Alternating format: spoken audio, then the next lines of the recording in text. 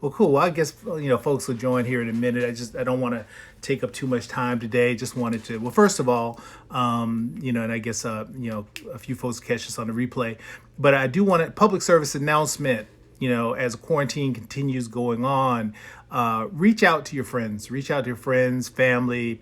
Just kind of go through your phone and check on people because there's some folks out there that are suffering today because just weeks have turned into months and months have turned into half a year of being in the house and not being connected with people. And I think that, and part of what I talk about is as humans we need that connection. So if you haven't just called somebody, and particularly, it's funny, the people sometimes we think are the strongest, the people we think that they probably have lots of friends and lots of stuff going on, really aren't. And there's some people who are literally just sitting in their house or apartment, just by themselves, man. And it's taking a toll on people. And I think many of us thought we'd be kind of going back to work, going back to normal here in late summer, early fall, and it's looking like that's going to be pushed back. So people are feeling I think some folks are really, if they weren't already depressed, are really starting to feel that. So so I encourage you, if there's somebody you just think of, call them. Don't just think about them. Reach out, call, text, email, connect. I know we're trying to stay socially distanced, but I think that within limits, we have to reach out to people and let them know that we're there, we're thinking about them, that they're not all alone. I think just because the amount of time that has gone on, we kind of take it for granted that people are okay and they're making it, but some people aren't. So want to make sure that if you are within the sound of my voice, go ahead and yeah, sorry, guys. I was trying to do too much with my phone. So anyway, so on, kind of talking about what I came to talk about today is, is meeting people, and how, who do you need in your circle?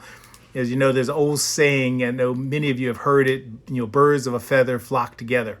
And that's so true. And as I go through life, what I've been able to find, and it's interesting, I guess my parents, could look at my friends and say, you shouldn't be hanging out with this person or vice versa.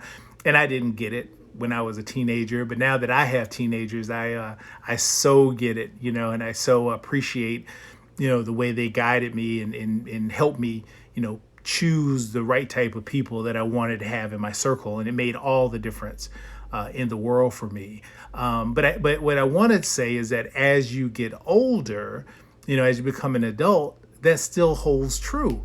I think we have this mistaken belief, of even Drake has a song about no new friends. We kind of keep these people around in our life, or since we were in school, and then as we become adults, we feel obligated to keep people in our life who aren't necessarily good for us, right? And I'm not advocating that you just cut everybody out of your life, not at all. However, what I am talking about is choosing the right type of people that you have around you.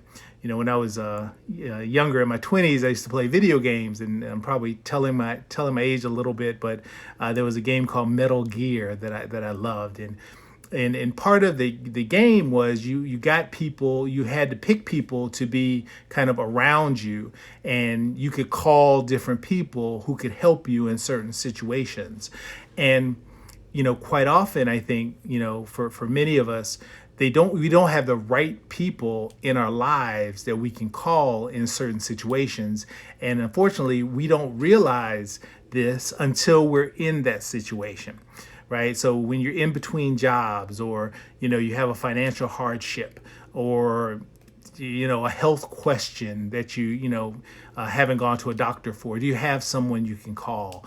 And so that's really, at the end of the day, what networking is all about. It's about intentionally deciding who do you want to have in your life, and then meeting those people and then making it happen, right? And forming that connection with them. So what I want to talk about tonight is how do you do that, right? And so there's an interesting book called actually Getting a Job by a guy named Mark Granovetter, and he was a Harvard researcher, and he researched and interviewed hundreds of subjects to kind of find out how they were able to get their job and what kind of satisfaction that came out of it. And what he found was the number one indicator of someone having a good job that they were happy with was who their friends were, which sounds counterintuitive, but when you think about it, your friends are more likely to refer you to a job they know who you are. And so because they know who you are and the type of job that you would want to have, then they're able to refer you to the type of job that you'll be successful in.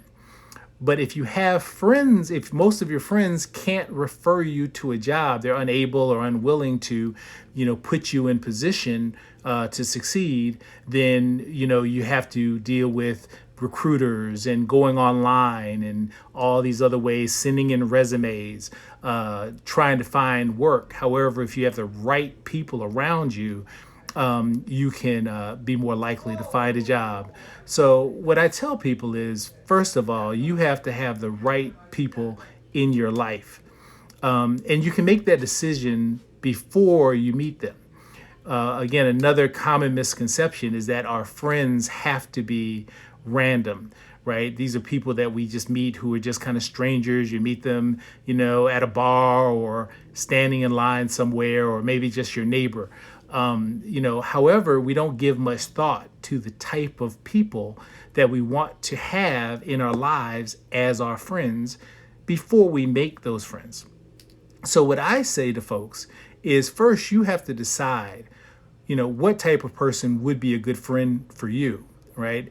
And don't make the mistake that, I can't have someone in my life who's a senior executive because I don't have anything to offer them, because everybody needs something, right? So if you want to be a senior manager in an IT company, do you have any CTOs or COOs in your phone, right? If you're in marketing, do you know any chief marketing officers? Do you know any, if you're in finance, do you know any bank presidents, right? Those type of folks that you need to have in your life and have in your phone on speed dial, right? And make them your friends.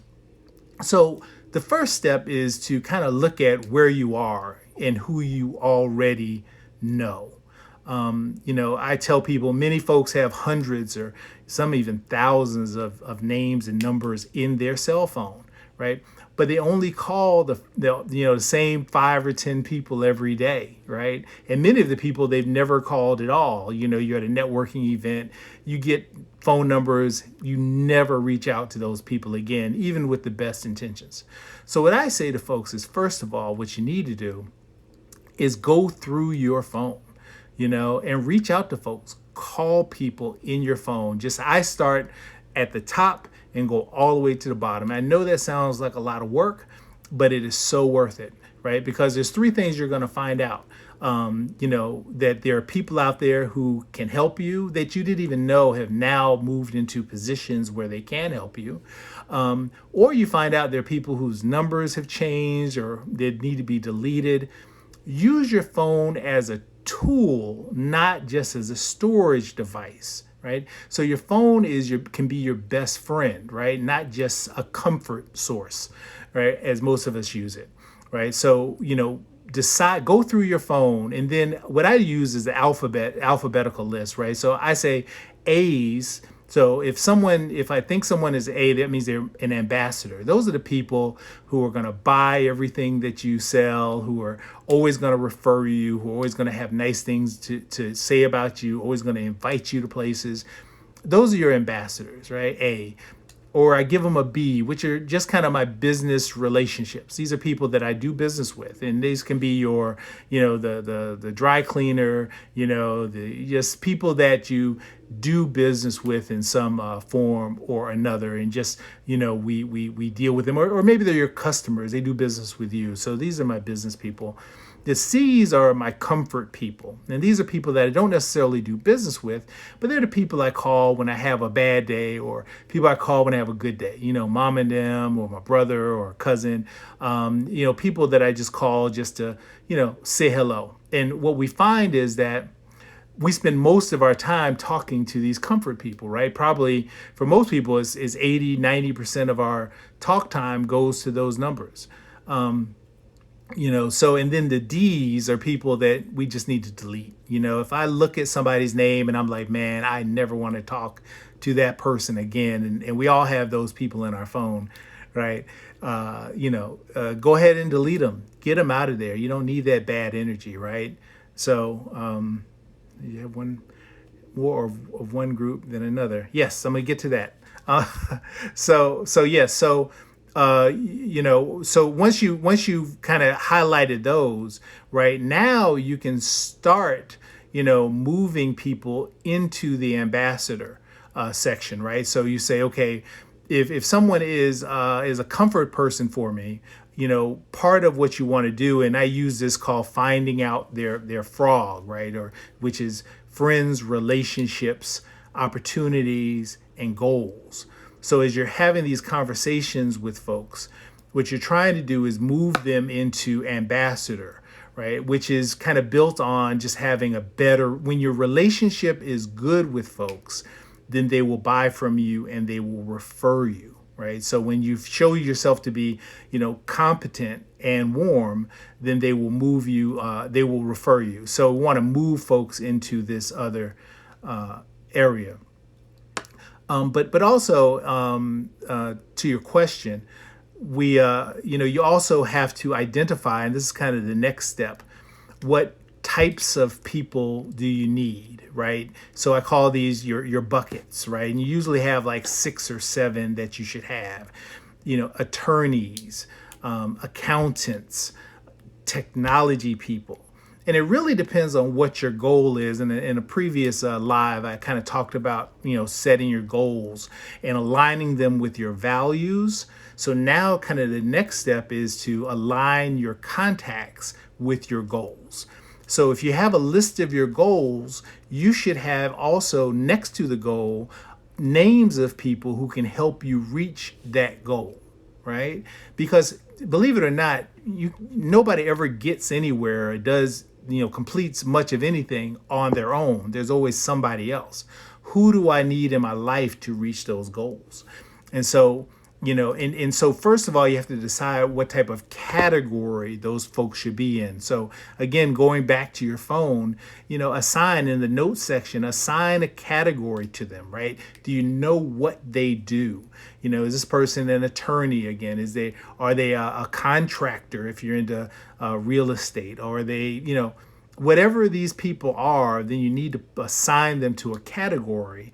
And then to your point, you should have kind of a balance there, right? You should decide, do I have enough people in this category to help me reach my goals or not? And so if you're trying to write a book, maybe you need literary agents, right? If you're trying to be a software developer, you have the next.com, you need to have some investors or angel investors. And so as you have these folks in your phone, they shouldn't just be there static. You should be reaching out to these people. And again, that's where we go back to their frog, finding out about their family and their relationships. So, because one of the biggest myths I think we have in business is that our personal friends and our business friends should be different. But that does not have to be the case. Matter of fact, I think your friends and your business associates should be the same, right? You should have people that you do business with who are your best friends. Because people do business and they hire people that they know, that they like, and that they trust, right? And that in my mind is the definition of a friend, right? Someone who knows you, who likes you, and trusts you is a friend. So wouldn't it make sense to make people your friends that you want to do business with, right? If this is someone who can hire you or buy your services or invest with you, wouldn't it make sense to make that person your friend? And so what happens is we do transactions with those people, right? We only talk to the people I just named when we need something, right? When you have the new.com, you put together the deck and you send it out to all the investors, right? And then you call your friends up to complain because they don't give you any money, right? Or when you're in between jobs, right? When you're in between jobs, you'll send resumes out to all the people who have jobs available, or recruiters, or what have you. And then again, you call your friends to complain because you're out of work, right? So let's flip that and turn the people that you want to send your deck to or your resume to, and turn them into friends, right? Because that's so powerful. You can choose your friends. And according to, there was a study by Robin Dunbar back in the 80s. So there's something called the Dunbar's number, where they studied how many concurrent relationships you can have. And the number is about 150 people. So you can have, according to Dunbar's number, 150 close friends, right, that you're talking to on a regular basis. I think that number works because when you think about 150 people, right, if you reach out to them if you reach out to 3 to 5 people daily, right, that's 150 people, right? Think about that, right? All you have to do is text, call, post on social media to 5 different people, right, every day. And that's 150 people. And you'll be surprised over the course of several months, many of them will become close friends, and they'll move into that ambassador we're talking about. They'll feel like they know you. It's an interesting psychological study. Robert Cialdini, in his book Persuasion, talked about the law of consistency, right? So if if you treat someone as a friend, they'll believe they actually are your friend, and they'll treat you friendly, right? Which is, it sounds crazy, but this is what the studies show. So what you do is you find out who can help you, what type of people you need to have in your circle, add them to your circle, and then be friendly to them. Invite them to stuff, right? Send them articles, do nice things for them. Ask about their family, right? How are they doing? How their relationships are. How are things going at work, right? And what happens is we usually ask those questions, but only to our closest folks, right? For the 4 or 5 people that are close to us, we act like we care about. But other 100 people, we never ask those questions. We only call them when we need something. So call those folks before the guy who wrote Shark Tank, How to Swim with the Sharks Without Losing Your Shirts. Dig your well before you're thirsty, right? So you want to build those relationships with those folks, right? So identify the people you need to have in your life, right? And then take time to build those relationships. And it's not going to happen overnight. So I do want to say that. I want to, as a caveat, this advice is not something that's going to happen in a matter of days or weeks, right? But if you play the long game, make a decision of who you want to have in your circle, and then make it a goal of becoming their close friend. You'll find so many things open up for you. Just that activity, and just be yourself, be authentic. Don't be fake with it. Remember, you're worthy of friendship just because of who you are, right? And as long as you have to be authentic, you can work on being generous.